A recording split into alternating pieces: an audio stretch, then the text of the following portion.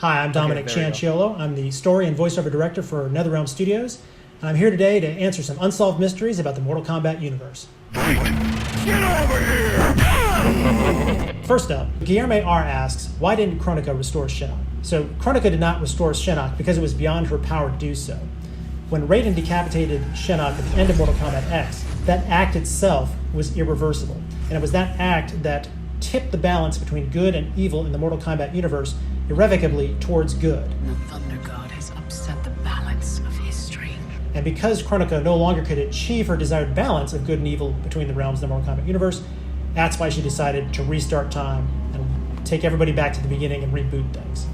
Keon H. asks, are Raiden, Shao Kahn, and Argus the same race of immortals? And as a follow-up, also asks, what does it mean for Raiden and Fujin to be demigods? Well, at this point in Mortal Kombat, Shao Kahn, Raiden, and Argus are not the same types of beings. Shao Kahn, though extremely powerful, is neither a god nor an immortal. Raiden and Argus are more... Wrong. This is not true. Look, I don't want to be disrespectful or anything. Like I'm not gonna be disrespectful. I'm not gonna advocate for like hating people or anything. But I just don't like when things are changed and they just don't make sense. Shao Kahn was the former protector god of Outworld. He's no longer the protector god because he decided to be the ruler of Outworld. But that doesn't mean that he is no longer a god. In Deception and in the toys, there's bios that say that the Shao Kahn was the former Outworld protector. He is a thief, a deceiver. He is not the rightful lord of this realm. There was a time when he was much like Raiden is to your Earth realm, an advisor. But he abandoned his position and stole our world for himself. So when Dark Raiden came in Deception, more and more they were kind of like comparing him to Shao Kahn. Like Raiden is the protector god of Earthrealm, but he's like now being a little bit more evil. And at the same time, it was again revealed that Shao Kahn was also the protector god, and he was becoming evil, and he became evil, of course. That's what they were trying to show. They were trying to show that there was parallels between Dark Raiden and Shao Kahn. Because Dark Raiden was turning evil, he's the protector god of Earthrealm, and they're comparing him to Shao Kahn because the two characters have the same are of the same race of beings. Also, in Deception's Conquest mode, that's what they say. Raiden and Shao Kahn are of the same race of beings. That means they're both gods. Shao Kahn, Lucifer, and Raiden are of the same race of beings. So... yeah, no, that's just not true. More Sorry. similar, having divine origin, to both being protectors of their respective realms. The use of the term demigod for Raiden and Fujin is simply to denote them as lesser gods than the elder gods. We found that people were getting confused as to sort of what layer they were on, and so we adopted that term in MK11 to try to separate it and make it a little clearer where they were. This is what I said. This is what I said in my one of my lore Q&As. Like, why are like Fujin and Raiden being called demigods? And I said, like, I think this is because they're trying to identify the gods a little bit more better. But you don't do that by calling them demigods, because demigods are half mortal and half god. Those are demigods. Like, Rain is a demigod. Taven is a demigod.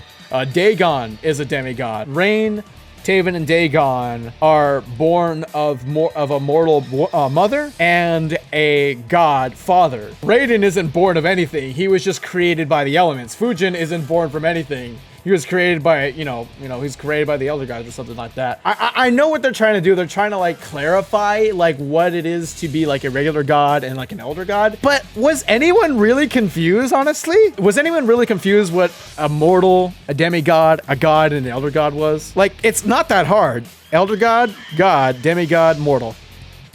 You just, please, I want everyone to be aware that these guys are not demigods. They're calling them demigods for the most dumbest reason ever. Like, seriously, okay? I don't like it at all. Not to indicate that they're any less divine than the elder gods themselves. Dragos MS asks, who does Nitara answer to? Is there a high-ranking authority among the vampires, vampire elders, and just what exactly is Nitara? Alright, so Nitara, and we haven't seen in a while, hails from the realm of Eternus, which is where her race of vampires are from and controls. Eternus is ruled by a coven, which includes the head of the realm's most ancient 12 families, and Nitara reports directly to that coven.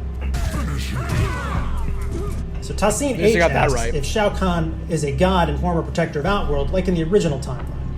Well, first, for those that aren't aware, the original timeline we're talking about are all the games prior to the Mortal Kombat reboot in 2011. It's colloquially known as MK9 among certain folks. So that's when we re-began our narrative and started things up again.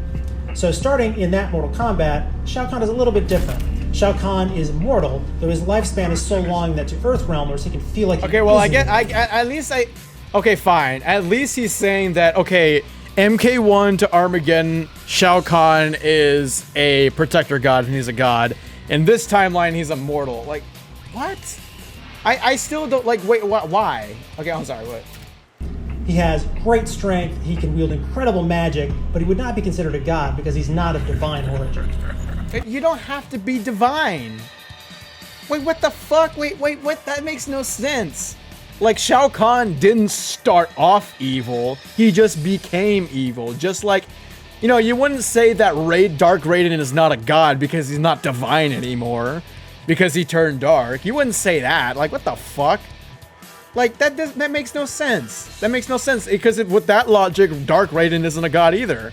But nobody says that he's not a god. Like, Who created the Soul Stones that are deep inside the Netherrealm? The Soul Stones that are in the Netherrealm were first created by the sorcerers that toiled for the Elder Gods back in the most ancient times. These sorcerers were tasked with building a network of portals that would connect all the realms together. But working in the Netherrealm sapped their powers, and as a result, they needed to build the Soul Stones to restore their energy as they worked in the Netherrealm. Just because Shao Kahn is an evil person doesn't mean that he shouldn't be a god. Like, Argus is a stupid asshole. Like, Argus is an asshole, but nobody's gonna say that he's not a god. Like, he even says he's a god, like, Argus is a god. He doesn't say that Argus isn't a god, but Argus is an asshole. You know, he sleeps with other women through Rainaway to hide his affair from Delia. Like, that's an asshole-ass move. Like, that's not a good person, but he's still a god. Never thought of Shao as a god, just insanely powerful. Well, I mean, whether you like it or not, he is a god. Like, that's just been in his lore. Shao Kahn is still a god in my eyes? Yeah, no, Shao Kahn is still a god in my eyes, too. Like, I'm not calling Raiden and Fujin demigods. I'm just not gonna do that. And another one from Tassin H. Tassin asks, where are the other elemental gods? So far, we've only seen Raiden and Fujin, so where do they go? Are they dead? Are they in the Temple of the Elements, as Fujin says in one of his intros? So, as Fujin said, the wise demigod that he is, the other elemental gods continue to guard the Temple of the Elements. It's there that they're keeping watch over various sacred items that need to be kept away from both mortals and as well as other evildoers in the Mortal Kombat universe. Now, Mark TDW asks, I need to ask the single most important, hotly debated, unanswered question in the history of the entire Mortal Kombat series, and that is, what the hell happened in Fiji with Jackie Briggs? This is something that's referenced in a few of our intro dialogues. Question is, that Jackie had a very bad experience in Fiji, a humorous one, but a bad one.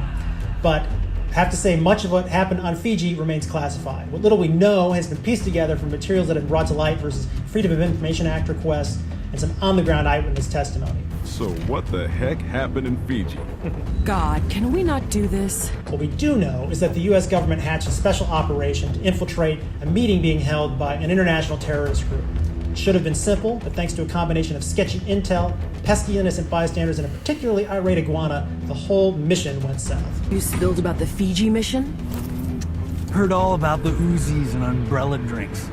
I am going to kill him. Pantban the Jan asks, so if Raiden and Liu Kang coexisting together disturb Kronika's desired balance, why does she always restart time with both of them existing and being allies? Okay, Kronika's ultimate goal has been to create a timeline where good and evil are in perfect balance. She hasn't achieved that goal yet. In some, the scales have tipped too far towards good. In others, they've tipped too far toward evil. In each case, when the scales have tipped too far in one direction or the other, Kronika has rebooted the timeline and started over. Now, Raiden's and Liu Kang's coexistence does not by itself irrevocably tip the scale towards good. In fact, Kronika sees their alliance as a key means for good to strongly balance evil.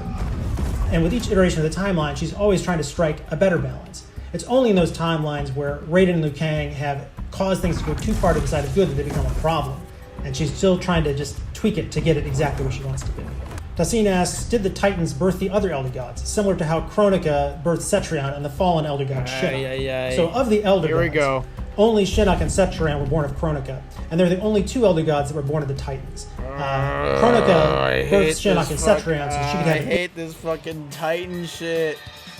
I know I sound like a complete fucking douchebag right now, but see, oh my god, man, I just, come on, man, I am... Inside Okay, man hold on, of the let me Titan just... gods. Yeah.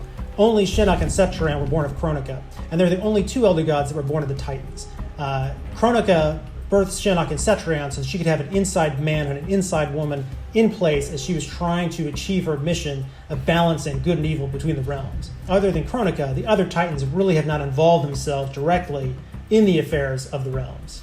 Fury of Frog asks... But they should just doesn't make sense though. Like, how is Kronika a Titan? How is she this powerful Titan of time when she needs the crown and she needs the hourglass to do so? Isn't the hourglass the real Titan? Kronika herself can't do that power. So how the heck is somebody who anybody can use, like anybody can use the hourglass to do what Kronika does? How does that make her a Titan? How does that make her above the Elder Gods? It just doesn't make sense. How many Khans have there been? The exact number of Outworld Khans, unfortunately, has been lost to the pages of history, because Outworld Khans usually force their predecessors out rather than peaceably succeed them. And therefore, the tendency has been to bury the history of prior regimes rather than celebrate it. As a result, much of our knowledge of Outworld history has actually been lost. So Dragos MS also asks, how did Chaos Realm come to be? Well, before there were any realms, at the beginning of existence, there was only the Elder Gods and the One Being. The One Being fed off the At least he acknowledges that yes. But you also said, Dominic, again, I don't want to be rude, I don't want to be an asshole, okay? I don't want to be an asshole. But you also said that the Titans are above the Elder Gods. But he acknowledges right here that in the beginning of time, it was just the Elder Gods and the One Being. Before anything, just literally before anything, just anything. It was the Elder Gods and the One Being. But he said, but I remember what he said? That the Titans were above the Elder Gods? Like, yeah, okay, just... Elder Gods and would have consumed them if the Elder Gods had not fought back. I mean, this is the true. Elder Gods This is true defeated right the One here. Being and split the One Being into pieces. Those True. pieces became the realms, all the realms, including Chaos Realm. True. Tavish de Groot 1 asks, did Frost kill her mother intentionally or accidentally? Her dialogue can be taken both ways. It's pretty clear that it was intentional. Frost had a really lousy home life and a lot of beefs with her mother. And another question from Fury of Frog. When regular humans die, do they go to the Netherrealm, or is that only for combatants? So the Netherrealm in the Mortal Kombat universe is the place where any creature who dies with an evil soul will go. It doesn't matter whether they're a combatant or just a regular Joe living somewhere. If you're evil, if your soul is tainted with evil, when you die, you're going to wind up in the Netherrealm.